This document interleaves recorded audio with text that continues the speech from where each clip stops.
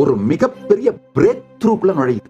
இன்னும் 10 வருஷத்துல பாத்தீங்கன்னா 2036 10 வருஷத்துக்குள்ள எதிர்காலம் ஏஐ சம்பந்தமா தான் இயங்கும். அதை எல்லாரும் புரிச்சுக்கோங்க.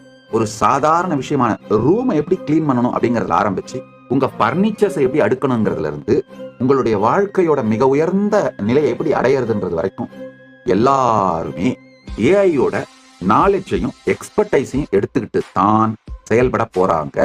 யார் இப்ப அடுத்த 10 வருஷத்துல எலைட் சொசைட்டியா, ரிச்சா, இன்டெலிஜென்டா, எஜுகேட்டடா, பூமியோட எல்லா ரிசோர்சஸையும் என்ஜாய் பண்ற எலைட் சொசைட்டியா மாற போறாங்க அப்படின்னா இந்த advanced daily AI companions use பண்றவங்க தான் மாற போறாங்க. அது 50% ஆஃப் த பாப்புலேஷனா இருக்கும்.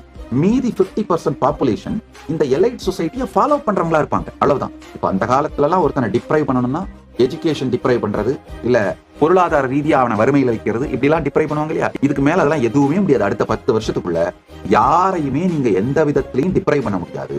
டெய்லி ஏஐ கம்பெனிஸ் யூஸ் பண்றவங்க எல்லாருமே எலைட் சொசைட்டியா மாற போறாங்க. அது 50% ஆஃப் த